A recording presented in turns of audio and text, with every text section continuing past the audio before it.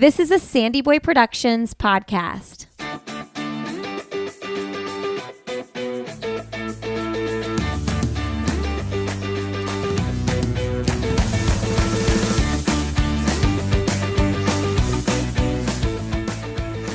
Hey everybody, welcome to All Have Another podcast with Lindsay Hine.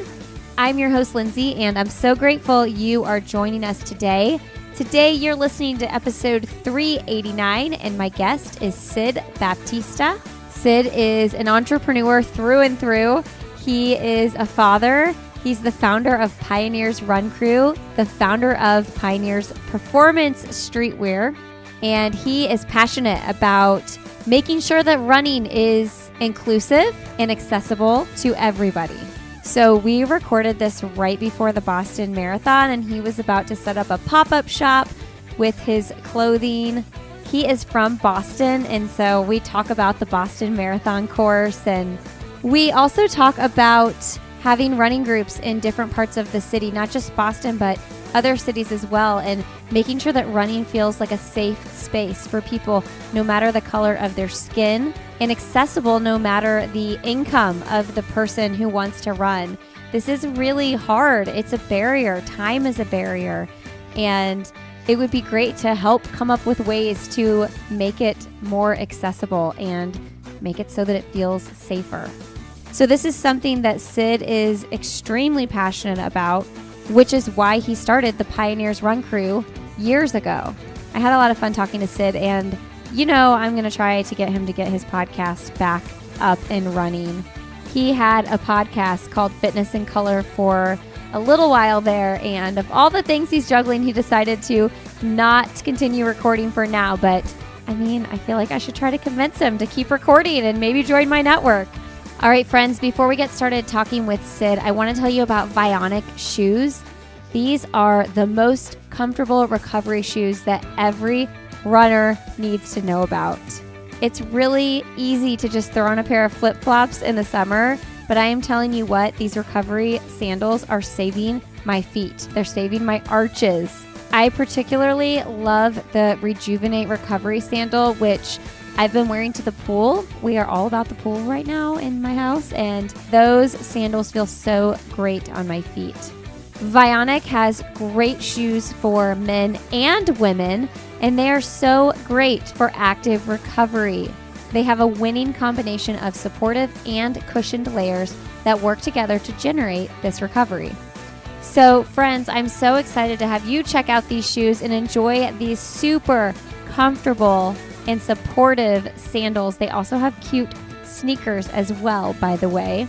All this and no stress, Vionic's 30-day risk-free trial means there's no reason not to try them out. Enjoy free shipping on vionicshoes.com with the promo code ANOTHER. Recover smarter, return stronger. Again, enjoy free shipping on vionicshoes.com with promo code ANOTHER. All right, friends, I have a brand new Patreon episode up on patreon.com/LindsayHine with Mel Charbonneau, founder of Fellow Flowers and Made to Move Race Series, and Tony Carey, who is the founder of Black Girls Run. We recorded an in-person interview in Madison, Wisconsin this past weekend, and that is already up on Patreon. So if you want to listen to that, it's a really, really great conversation. Really proud of the conversation and grateful for Mel and Tony. So if you want to listen to that, gain access to bonus content over there, just go to patreon.com/LindsayHine. You can support this podcast and my work behind the show and Emma's hard work, my editor, by just going to patreon.com/LindsayHine. And for as little as $3 a month, you can gain access to this bonus content. All right, friends, enjoy my conversation with Sid. All right. Well, today on I'll Have Another, we have Sid Baptista on the show. Welcome to the show, Sid. Yeah, thanks for having me. Super excited to be here. Okay, so Sid, you are in Boston, and you have a lot going on with the Boston Marathon coming up. Tell us what's going on with your apparel brand, Performance Streetwear, and all that's happening. Yeah, sure. So, I'm getting ready for Boston Marathon. So we have a running team here in Boston called PYNRS Run Crew, and then we have an apparel line that we built to support kind of the community that we activate. And that's also called PYNRS, but it's just spelled differently. But we are, we have a ton of people running on the running team. So we'll be kind of making sure that they have a good experience. And then we're welcoming people into the city, and we're launching a pop-up space down on Newbury Street, and kind of creating this experience for people who come into the city and want to see the culture we've created. That's so cool. Tell me how it feels to be like, okay, I started this brand, 3 years ago? How long ago did you start the apparel brand? So the running team started 5 years ago, and the apparel line started 2 years ago. And it is pretty crazy because when I go, I have one of my friends who I go on long runs with on Saturdays. And recently I was telling him about an opportunity that came across. And I was like, remember when we first started talking about this 2 years ago? And it was like this idea I had. And then every Saturday I would tell you a little bit more and a little bit more. And now we're opening our first retail space. Granted it's a pop-up shop, but it's still a pretty big deal. And it's sometimes I do have to take a step back and be like, wow, this is pretty cool. But I'm just so deep in it. Sometimes it's just like all I can focus is on what's not working. Yeah. Tell me, like, being on Newbury Street, if people are familiar with the Boston Marathon, they know that that's a street over from Boylston. It's a really big deal. Are you like, whose space are you in for this pop-up? Yeah, so we have a partner that we work with that has a space there, and so we are using that. We're just popping in for the month and using their space. So it's a retail space, and we've kind of set it up to kind of feel like our own. So we did put some work into it. So in the space we'll have recovery from hyper ice, which is a good way to drive some people in.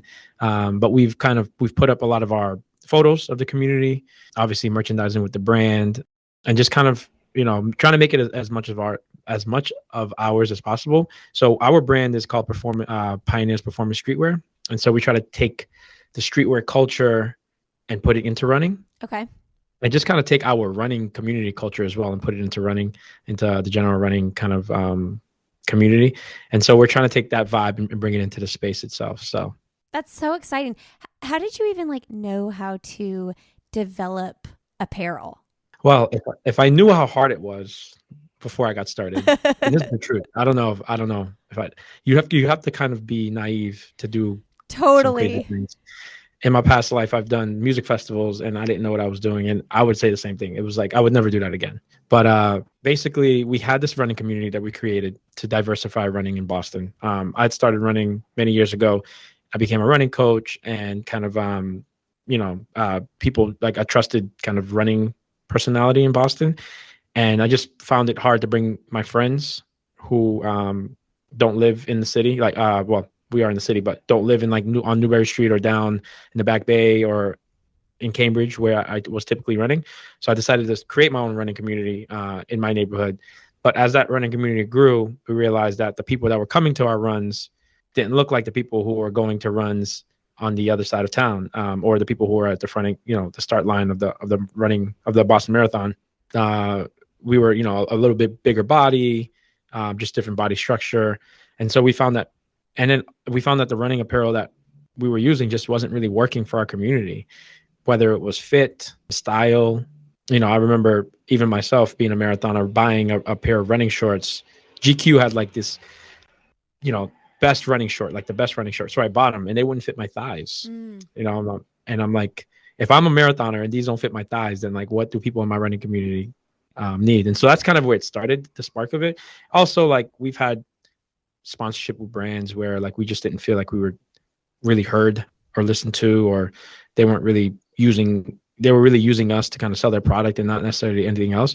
So I was like, you know what, like, we have this running community, we have the support, so like, let's build something that can support them. And that was 2020, kind of when everyone was coming and asking like, Sid, how are you? 2020 was a big year for like, hey Sid, how are you doing all that? How are you getting so many people of color running?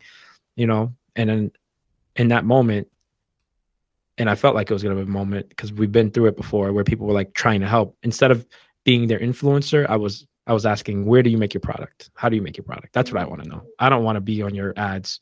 Like, here are 4 people on my team who would love to be in your ads and would love to be kind of like part of your campaign. But for me, like, I want to know where you make your product. So that's kind of where it started. And it's been a ride since. I love that. I love that you start with, you have to be naive. No, seriously, It's, this as an entrepreneur. it's so true. And don't even bring that big idea to like multiple people because somebody's going to shoot you down and you're going to start questioning yourself. So Yeah. you have to believe in yourself. I love that so much.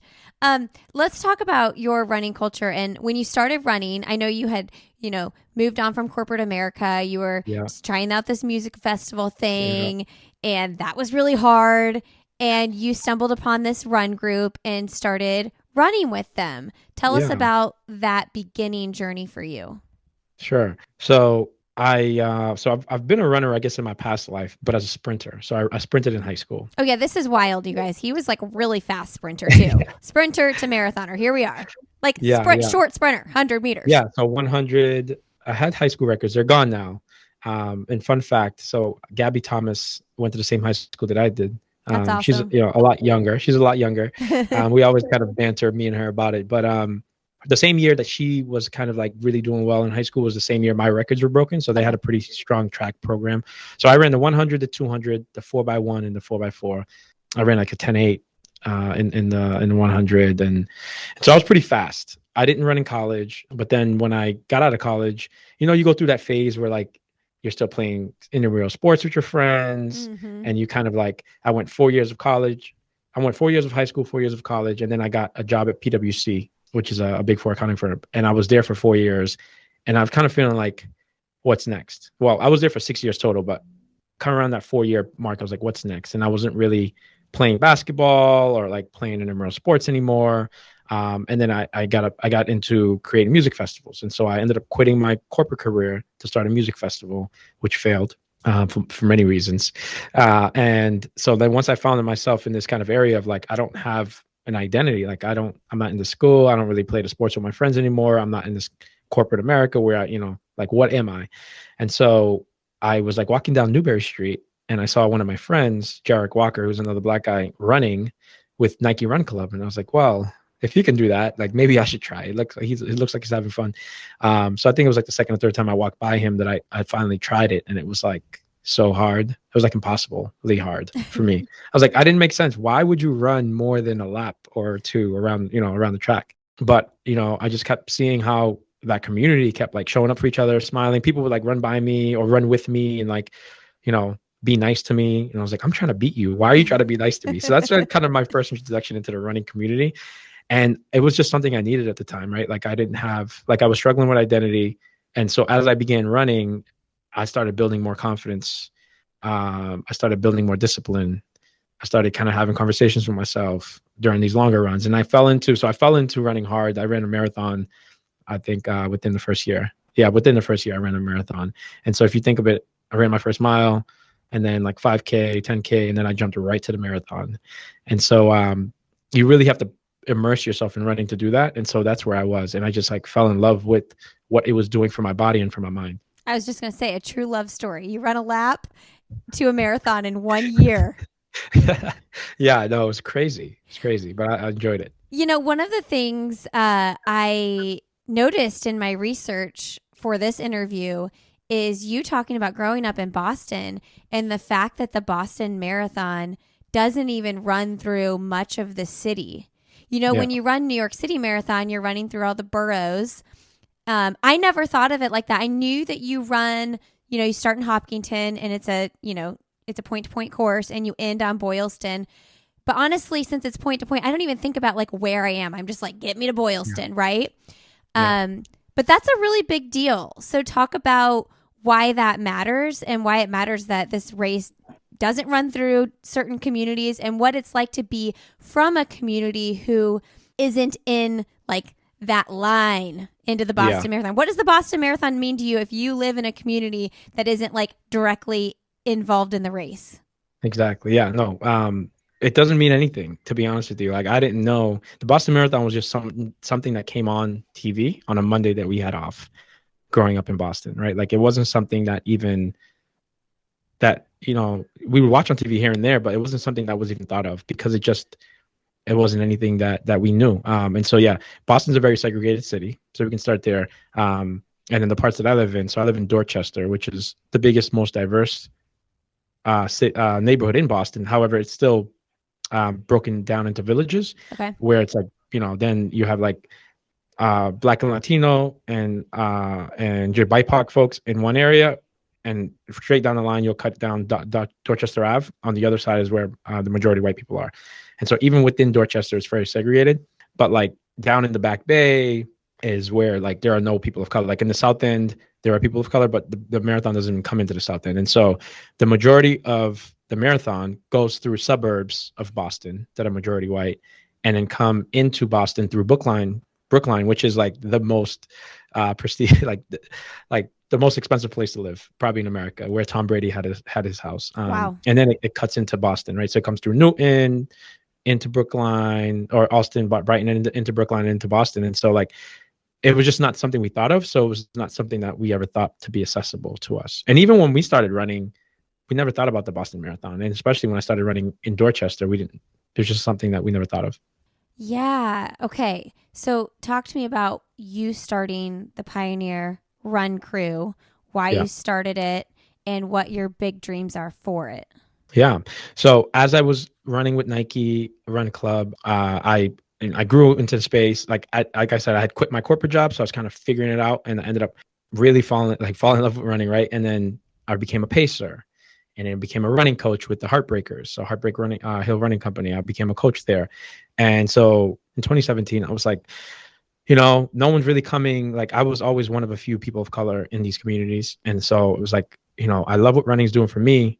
And I know the benefits, mental health and physical health benefits. So I think I can bring it to the people who need it most, who are the people in the low income, poverty stricken areas, crime ridden areas where my house is, where I live. And so in 2017, I brought it over, and it was just, it was wild just to see how many people were just interested in this like new novel experience of running. They were just like, why are you running? For many years there, when I used to run in my neighborhood, my wife wouldn't let me leave the house in tights. She'd be like, what are you doing? Like, you can go to Boylston Street and run like that, but you got to put some pants on to run over here. So that's how it was. And I would like run on the sidewalk, but if I was running behind someone, I would need to warn them like, hey, I'm coming. So then I'm startled. Sure. Because there's so much trauma in these neighborhoods where like if someone's running towards you, you're like, what's going on? Right. And so I grew up in this neighborhood, so I know. And so that's how it really started, was like, hey, Wednesdays, meet at this bar, come run. And they knew me as the runner. So they would come, friends and family would come, and I would like do everything. I would take pictures, I would send emails, I would lead the front, I would bring up the back. And so that was like kind of the first summer. And then like, as we grew, more people that kept coming, I started tapping leaders to help, but it's become the most diverse space in Boston. I would say even like, it's a diverse running community, but it's even bigger than that. It's the most diverse space for a city that people don't really find themselves amongst people that don't look like themselves. Pioneers Run Crew is like one of the most diverse spaces to be. I like to joke and say like the place more diverse is probably Target. If you go to Target here in Boston, it's probably the only place, because we live in segregated city neighborhoods. And even when we go to work, right, and restaurants, like there are black and white, like you'll go into a restaurant in the Back Bay, and it's just like, you just know people of color, and the people of color are just there working. And so it's just, so that's been my experience. And so creating a space where people can come and run and be with each other, and then have social interactions after, and then build friendships, and it's been super special. Hey everybody, a quick break here to thank Koros for supporting this podcast. Listen, Koros has the best watch on the market. I have been wearing my same watch from Koros since 2018. It has insane battery life. It is super easy to use. It's super easy to program your workouts, and so many of the best professional athletes in our sport use Koros watch, including Olympic medalist Molly Seidel. So many guests on the show, though: Sally McRae, Hayden Hawks.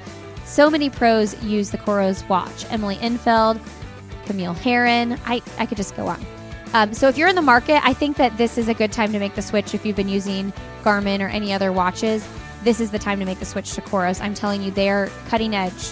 They're just doing all the things, and it doesn't get any easier. So you guys can go to Koros.com, use the code ANOTHER, and that will get you a free accessory item, like a free band. So you make sure you add that code in at checkout, and you're going to want a band because they have really fun colors.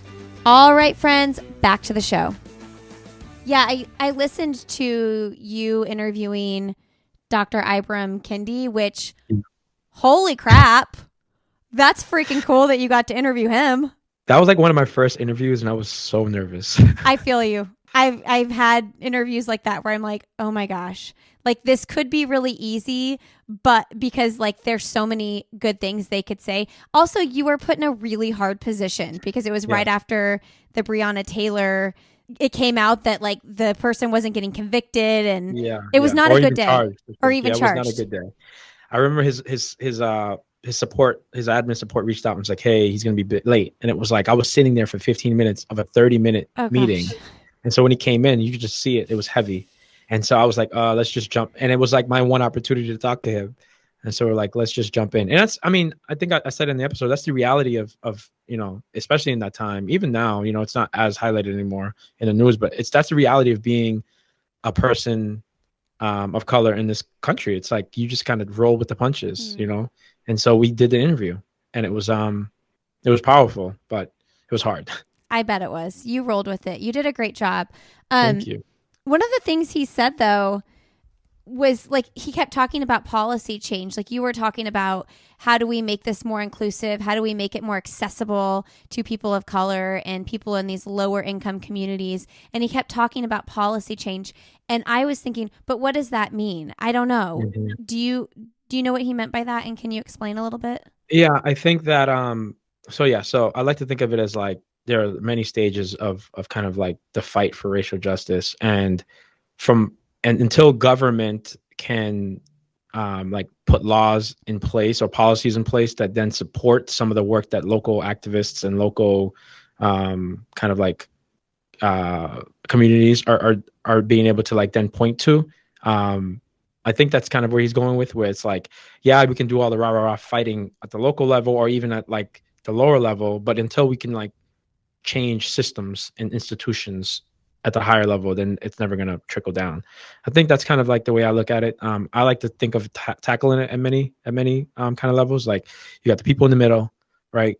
Who are like middle age or have lived in this kind of like society where either they've been poor or undereducated their whole life. And so like, it's really hard to change their perspective or to provide opportunities to people who have been their whole life. They've been, you know, they've had zero experiences that are going to help them take the next step. So like, how do we help those people? How do we help the kids? Because the youth are the future. Like, if we're not stepping in early enough, then they're going to be, you know, that next generation of people who've just, if you think about, I like to think of it this way. Like if you grew up in Iraq and you were, let's say 7 years old in 2001, and what are you now? Like your whole life has been war. Like you know nothing else. And so when you grow up in poverty, your whole life has been poverty. What do you know? Like if there are opportunities that are presented to you, how do you don't even know how to take that, you know? And so it's like, how do you train those people in the middle? How do you help the kids at the lower end? And then how do you change policy at the higher end? It's kind of how I like to think about it. But I don't have all the answers, and I don't know how to do any of that. There's so many levels. But your run crew, so when you guys meet for runs, you're purposely meeting in communities that normally wouldn't see access to a group like this. And in turn, like kids are out seeing people that look like them running. Absolutely. Exactly. That's the point. That's the reason why we run in the neighborhoods that we run to, in the paths or the routes that we take, is to be intentional about being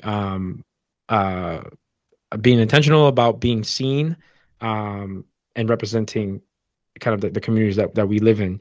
And so like a kid that grows up in Cambridge, in Wellesley, in these suburbs, they can wake up on a Saturday and see people running outside of their window, and it's normal. And so if you grow up in that environment, then running is normal to you. It's something that you do. But if you grow up in an environment where you don't see that, then like me, when I was growing up, I was like, running. Why are people running? It was crazy. And so if we can kind of change that and kind of help communities start to realize and see themselves in people kind of running on their street, that's something that they can bring into their lives at an earlier age. But yeah, I mean, like in the summer when we're running down the street, kids are jumping off their stoop and just like running behind us, or like asking like, what are you doing? Or like they're pointing. It's so funny. They're like pointing this to tell you where the rest of the group went, or like, you're too slow, they passed you, or, it's always fun, And so the more we do it, the more we normalize it. Cause right now it's still not something that's normal. I love that. Those kids. I mean, when's the Pioneer Crew like kids club starting? There's a lot of work that goes into activating the youth. Totally. We are still a volunteer community, and we all do this for free. And so from a time perspective, it's difficult, but we do partner with other organizations like Soul Train Boston that kind of help the youth. There are a couple other kind of track and field running communities for younger adults, but Boston is such a tough place to be a kid and who wants to run, because there's only one citywide cross country team in the whole city. Wow. Yeah, you have to be intentional about like seeking it out, signing up. Yes, and so many things, right? Like the kid has to be internally motivated. Like I interviewed Ruben Sanko on my podcast, and he was born in the Cape Verde Islands, moved here into Dorchester, and became an Olympic athlete. Marathoner, but he was so internally motivated. Mm-hmm. Like you can't expect kids to be like him. He was like, a star, right? Like, but you have to be a star to get to be good. And it's just putting so much weight and so much on that kid. And then from like a parent standpoint, I just became a dad. My son's 3. We're trying to figure out summer camps, and it's so hard. You gotta look for financial aid. You gotta look for this program. It's like, you still gotta work. And so like, it's just, I don't know. It's just it's a lot of onus on parents, on a lot of onus on kids, if that opportunity isn't just something they see when they go to school. Yeah. And, you talk about the kid being internally motivated. I talk about this a lot on, this podcast and my podcast for parents. It's called Why Is Everyone Yelling? And like, I'm just so curious about like, what makes a kid internally motivated? Like how much of it is nature versus nurture? Like some of that is just like who that kid is, right? No, seriously. Yeah, I agree. Cause I have 4 brothers, and I can tell you, like, you're also different. Yeah. Like I'm the crazy entrepreneur who just like will do anything and everything. Right. And then I have a brother who's the same parents, went to similar schools. You wouldn't think that we had the same parents and grew up in the same household, because just our motivations are different. The way we see the world is different. But I think that's also, he's a younger generation, and we all know that this generation, with the social media, the way that social media has kind of taken over our lives, that might play a role into it. But yeah, I don't know. Yeah. Ugh, I hate social media. It's like such a necessary evil though, isn't it? Like if you're trying to, like you have a brand, like you have this apparel brand, you want to use social media to expand your Pioneer Run Crew. So it's like, It is such a necessary evil. It really is. But I do feel, and I'm seeing it because I run a community, that in real life experiences and communities are in need more now than ever. And they're on the uptick, and they're growing. I think people are just tired of that screen and need that interaction. And so if you're in the business of community, I think it's going to be good for the next for the foreseeable future. Okay, so talking about the run crew, and we were talking about kids seeing your group out running. What are like next steps that people can take who maybe aren't a part of your run crew to help diversify running and help it feel more inclusive and safe for other communities who aren't white? Yeah. So I will say that we, like Pioneers Run Crew, we are just one of many similar communities across the country. I've seen a kind of a new kind of a third age running community kind of starting to come to grow across the country, where there are people just getting together and running, and they don't know. And it's more because probably because of the pandemic, and running was the only thing that you could really do at the time. And so since then, I've seen so many more communities. And so this inclusive kind of inviting running community is growing in different places. And that's typically where you start to find more diversity, right? People aren't there to be the best runner. Well, they are there to be their best runner, but we are people who are finishing middle of the pack, and kind of even back of the pack, and that's okay. I have this saying about our community, and it's we don't just celebrate those who are fast, but we also celebrate those who finish last. And it's because when you come and run with communities like ours, if you're finishing in the front of like let's say we're running a 3 or 4 mile, a 5 mile run on a Wednesday night, if you're finishing first, there's no one there to clap you in and celebrate you. But if you're finishing last, everyone is there screaming your name, excited for you to come through that finish line. And so that's kind of like how I think of the communities that are inclusive. And it's more about like supporting that person's journey wherever they are in their journey, as opposed to, let's see your Strava, let's see how fast you can get, or are you qualifying for Boston? Like that's not what our intention or our goal is. No, it's not. It's about moving your body, and building community. I've like kind of kept my mouth shut about this because I don't want people to take it the wrong way. But like I've said these past 2 years, I've like been so annoyed about it internally and with my husband, like the cry of the news stations and the government, this whole pandemic, I feel like they really missed the boat on like, we need to get people to move their freaking bodies. It's like, yes, get vaccinated. Yes, there was a time where we needed to be socially distant. We needed to do all those things. But like 2 years in, we need to be getting in front of every community saying, this is the most important thing outside of if you want to get vaccinated and things like that. This is the most important thing we should all be doing because that's going to keep us healthier. In the spring of 2020, it was like, nobody knew what was going on. But now we're 2 years in and I'm like, why is this not like the biggest message everywhere? Like get people to move your bodies. And I think about that and I'm like, how can I use my platform and you use your platform to like get in front of communities that aren't already doing that? And if you look at who's working out, who's running, people that have money work out and they run. I mean, because guess what money buys you? It buys you time. Yes. Exactly. And so even in our community, we are super diverse, but we still struggle to meet people that are below that poverty line. Yeah. Right. Like we created this space to try and reach the people in our neighborhoods. Unfortunately, we don't have the tools to reach those people because they're working multiple jobs. They're working late. They don't have childcare.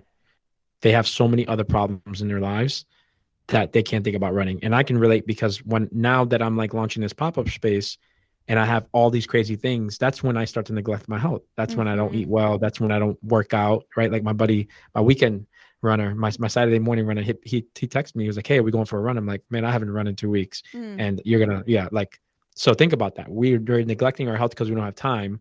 And because we're scrambling, think about the people who live that life every day and kind of like the toxins in their body and kind of the stress. So recently I talked to a friend of mine who was in the UK. She lived in the UK for many years. She's American. But she was talking about these park runs that they do in the UK. So it's like every Saturday morning and any park in the UK, around the UK, you can go for a timed run. And so it's just ingrained in their culture that you can wake up on a Saturday, go to the park and run. You'll get timed. Next week you come back. You're always kind of like, there's always that kind of like that accessibility to running in your neighborhood. And you can kind of assess against yourself. And so that kind of like builds that habit and builds that kind of normalizes it a bit. So I think from a policy level, if that was something that came down, right, and was like, all right, this is what we're going to do. And then it gets drilled down, you put some money into it and it gets drilled down. I think that's something that I've seen, I've heard that works.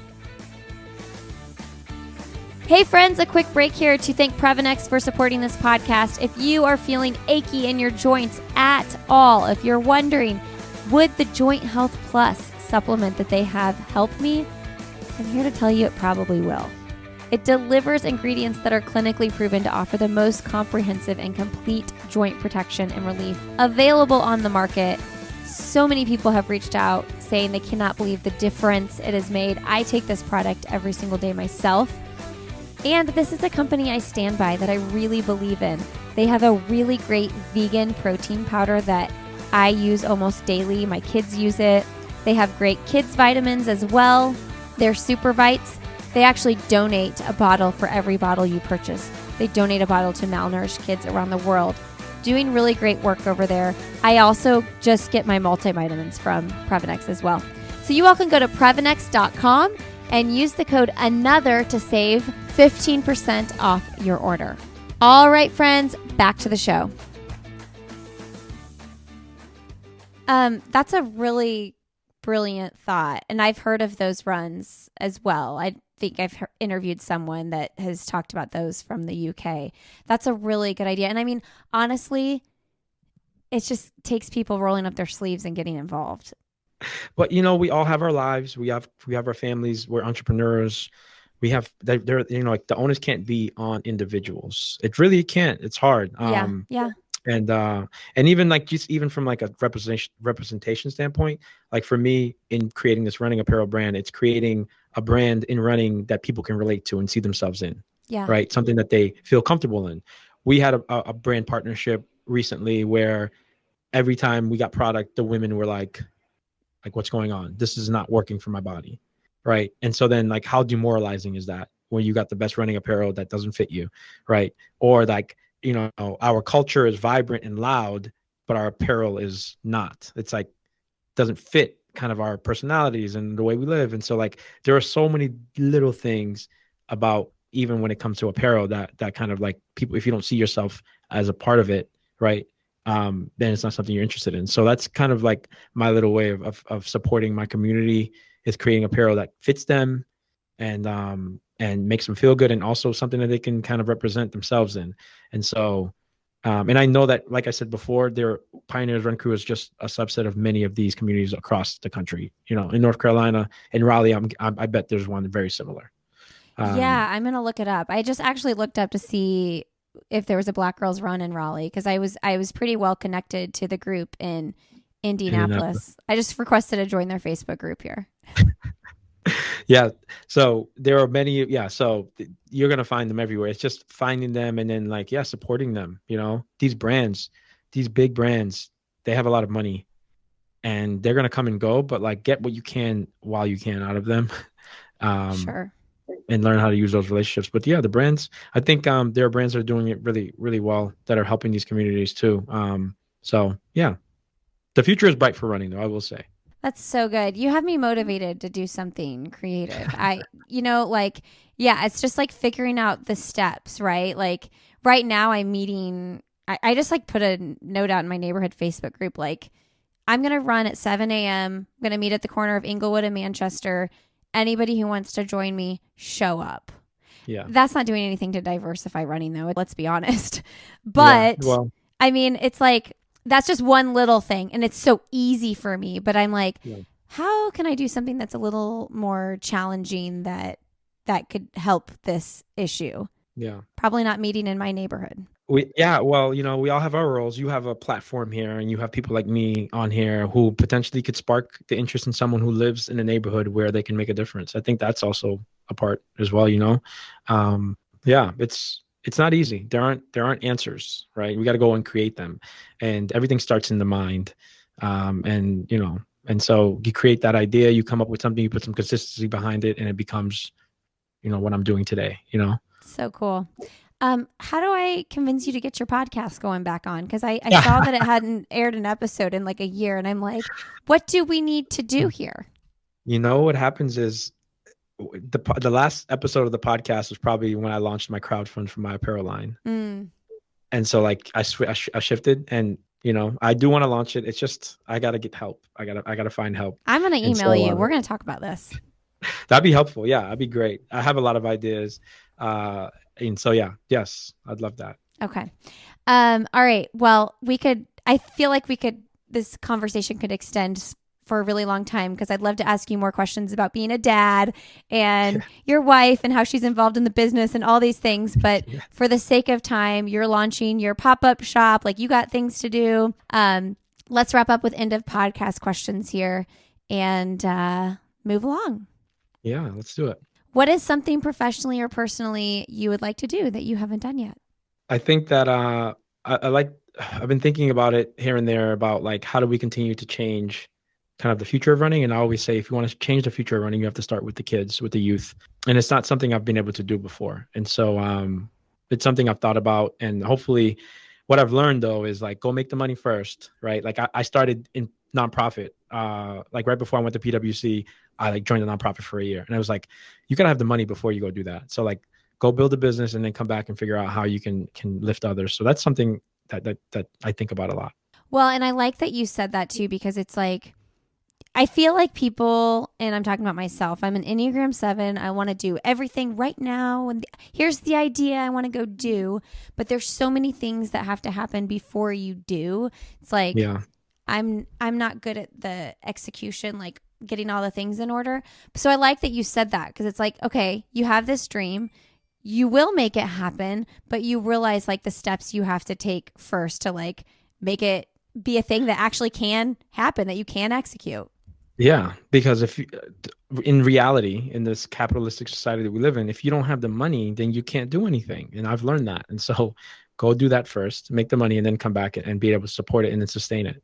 Yeah. Okay. You have to keep me posted on that, because that is really exciting to me. Give me a couple of years on that. Yeah. Yeah. But that's something I think about a lot. You're right, though, with the kids. That's super, super important. Get that ingrained in a young age. And not just about running, just like moving your bodies, like being an active human being. Yeah. What's the best, most recent book you've read? So I love to read, and I do a lot of audiobooks. One of my favorite ones that I just read, might be controversial, might not be, but it's the Will Smith autobiography. Oh, gosh. Yeah. I read that. But I will say, even before that, I read a book called New Power, How Power Works in Our Hyperconnected and World. And it's about how you can harness the power of the crowd and the community. And that's kind of the future of kind of power in this, and we've seen it quietly in the way that, Donald Trump ran his campaign, and even when Obama came to office. And then you see it in how like Uber and Facebook has grown. They kind of really harness the power of community and the people. And so I think about that and how I've launched my apparel brand through the crowdfund, and how like I go to the community. And so it's less of a top-down approach to power and more of a bottom-up. What's it called again? It's called New Power. Okay, New Power. Yeah, New Power. How power works in our hyper-connected world and how to make it work for you. I forget who the author is, but I've read that a couple times. And it's very interesting because of kind of the way I think about empowering communities. And so, yeah, that's probably one of my favorite ones more recently. Did you like Will Smith's book? I loved the Will Smith's book. I did. I really did. I listened to it in like 3 days. I did the audio of that one. And it's just one of those things where it's like, he wasn't the best at everything. He just worked very hard, very, very hard. And he came from a household where, it was a broken household, but he just like kept working on it. And so, yeah. What's a nonprofit you like to support? So a school called the Epiphany Middle School here in Dorchester.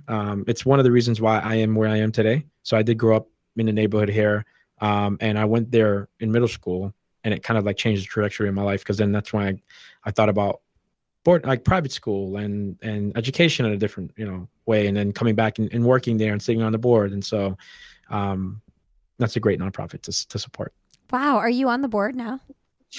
I am not, because going back to go make the money first. Yeah. Because I just don't have the time. If you're building a small business, if you're building a business, it's really hard to kind of, I would go to these board meetings, and you'd have people in their a lot older than me in their suits and ties, and it's like, yeah, that's what you have to do if you want to support. You got to go make some money first. You can't like just they've done all the things. Yeah, and now they can write checks, right, and come up with ideas. So. Right. Your commitment to being on a board, that financial commitment, is usually pretty large. Yeah, exactly. So, but yeah, I've been on that. I sat on that board early, and then I left. That's cool though. That's awesome. You like got your taste, and you're going to do your thing for a little bit, and maybe in 5 years, maybe in 10 years, you'll be back with all this experience under your belt as well. Yeah, that'd be great. Yeah, that's kind of the plan. That's cool. What is your last message to leave with the audience today? Believe in yourself, because I think a lot of people think I'm crazy because of things I do, and they're just like, why? Even friends who like, I don't know, who I know they support me, but they just, it's just, people will shoot you down and they won't take you seriously. But if you don't believe in yourself, that's the biggest, that's the biggest thing. So believe in yourself, whatever your crazy idea is, whatever you want to do, believe in yourself. That's the first step. So good. Thank you so much. Thank you for having me. This has been great. All right, everybody. Thanks so much for being here today. Thank you, Sid, for sharing your story, coming on the podcast. You all can find Sid on social media. He is Sid Bap over there. Make sure you check out his apparel line, Performance Running Apparel, PYNRS.com. That is the website for that apparel. Friends, you can find me on social media. I'm Lindsay Hine 626 on Instagram, at Lindsay Hine on Twitter. And check out our new website, sandyboyproductions.com. We also have a brand new podcast in the network called Ready to Run. I'm super excited about it. Go subscribe, leave them a rating and review. Have a great Friday, a wonderful rest of your weekend. And as always, we will see you next Friday.